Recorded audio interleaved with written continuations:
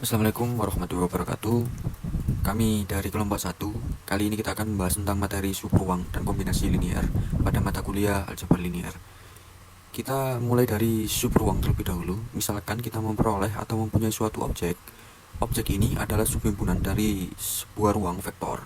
Perhatikan bahwa kita memiliki suatu objek, yang objek tersebut subhimpunan dari suatu ruang vektor. Nah, objek yang baru yang kita sebut sebagai W itu kita bisa namakan sebagai subruang atau subspace.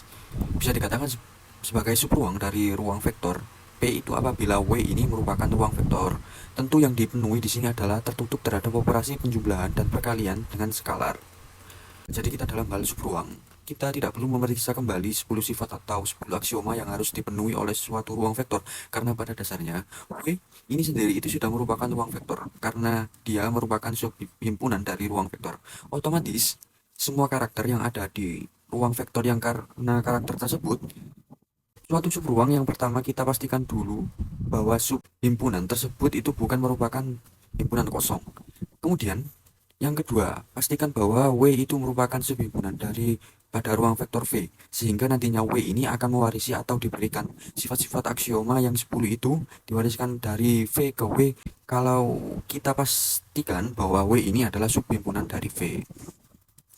Kemudian yang ketiga, yang penting juga tertutup terhadap operasi jumlah dan perkalian di sini. Kita periksa ulang. Kalau kita punya dua buah vektor sembarang yang ada di W, maka otomatis penjumlahannya pun dia harus ada di W. Itu yang dimaksud operasi tertutup terhadap operasi penjumlahan. Kemudian sifat yang keempat, dia tertutup juga terhadap perkalian dengan skalar. Artinya, ketika kita ambil satu vektor sembarang yang ada di objek baru, subhimpunan ruang vektor dan suatu bilangan real, maka akibatnya perkalian antara bilangan real dengan vektor disebut ia masih ada di ruang subhimpunan tersebut atau berada di W dalam hal ini. Oke, di sini saya mau memberikan suatu ilustrasi atau contoh yang merupakan subruang dan yang tidak merupakan subruang. Pertama, di sini saya akan menampilkan contoh yang merupakan subruang. Di sini pertanyaannya, tunjukkan bahwa himpunan W yang berisi semua matriks orde 2 kali 2 di mana semua unsur diagonalnya adalah 0. Itu adalah merupakan suatu subruang dari ruang vektor matriks 2 kali 2. Nah, untuk menjawab hal ini kita harus menunjukkan 4 karakter dan 4 sifat yang tadi. Pertama, kita buktikan bahwa ini bukan merupakan himpunan kosong. Perhatikan bahwa kita punya matriks 0, artinya yang elemen-elemennya adalah 0, itu sudah merupakan anggota bilangan atau anggota himpunan W. Karena apa? Karena di sini matriksnya 2 kali 2, kemudian unsur diagonalnya pun adalah 0. Di sini kita lihat unsur-unsurnya diagonalnya 0, sehingga matriksnya 0 ini adalah anggota W. Akibatnya, W ini dia bukan merupakan himpunan kosong. Oke, syarat pertama sudah terpenuhi. Syarat yang kedua kita pastikan bahwa W ini merupakan subset dari subhimpunan dari apa ruang vektor matriks 2 kali 2. Ruang vektor matriks 2 kali 2 di sini sudah merupakan ruang vektor. W jelas di sini merupakan subset dari ruang vektor matriks 2 kali 2. Karena W itu sendiri, anggota-anggota dari W itu sendiri adalah matriks 2 kali 2. Jadi ini sudah merupakan subset dari matriks ruang vektor matriks 2 kali 2. Oke, itu jelas ya. Kemudian yang ketiga, kita buktikan bahwa kalau kita ambil dua buah matriks sembarang di W, kemudian kita jumlahkan itu masih ada di W. Perhatikan kita punya dua matriks sembarang, katakanlah A. Di sini kita tulisannya di sini 0, kemudian di sini A1, kemudian A2, kemudian 0. Perhatikan bahwa unsur diagonalnya di sini 0, sehingga A ini adalah anggota himpunan W, kemudian B ini adalah matriks yang juga merupakan anggota himpunan W. Karena di sini unsur diagonalnya adalah 0, atau kalau kita jumlahkan, di sini perhatikan bahwa hasil dari penjumlahannya pun ini masih unsur-unsur diagonalnya masih 0.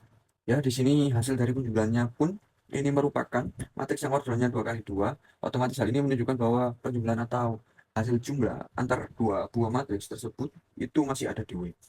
Artinya sudah mempunyai sifat tertutup terhadap operasi penjumlahan. Kemudian yang keempat, di sini kita ambil yang kita mau membuktikan perkalian dengan operasi perkalian dengan skalar.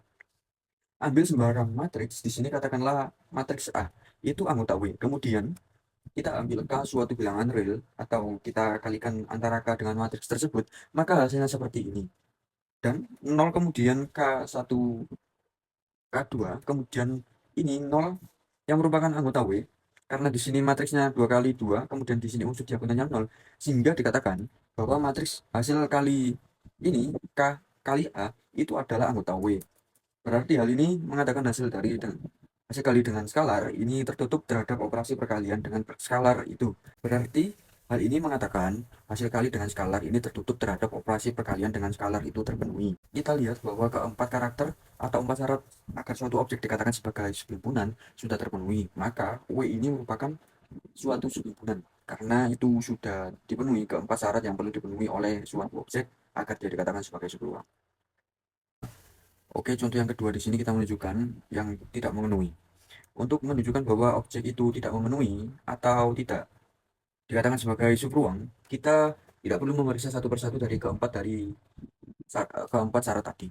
Kita cukup di sini menunjukkan mana yang tidak terpenuhi atau syarat mana yang tidak terpenuhi. Sehingga kita bisa mengatakan bahwa karena ini tidak memenuhi syarat yang beberapa akibatnya objek tersebut bukan merupakan suatu subruang. Di sini kita mau memeriksa apakah himpunan D yang berisi semua matriks 2 kali 2 yang determinannya 0 merupakan subruang dari ruang vektor 2 kali 2. Dan di sini kita tunjukkan argumentasi syarat mana yang tidak terpenuhi. Misalkan kita ambil dua matriks sembarang, itu adalah anggota bilangan D. Kalau kita ambil dua buah matriks yang ada di keduanya, itu adalah anggota D. Dalam hal ini, yang matriks dua determinannya 0, kita ambil A, katakanlah di sini A tidak sama dengan B.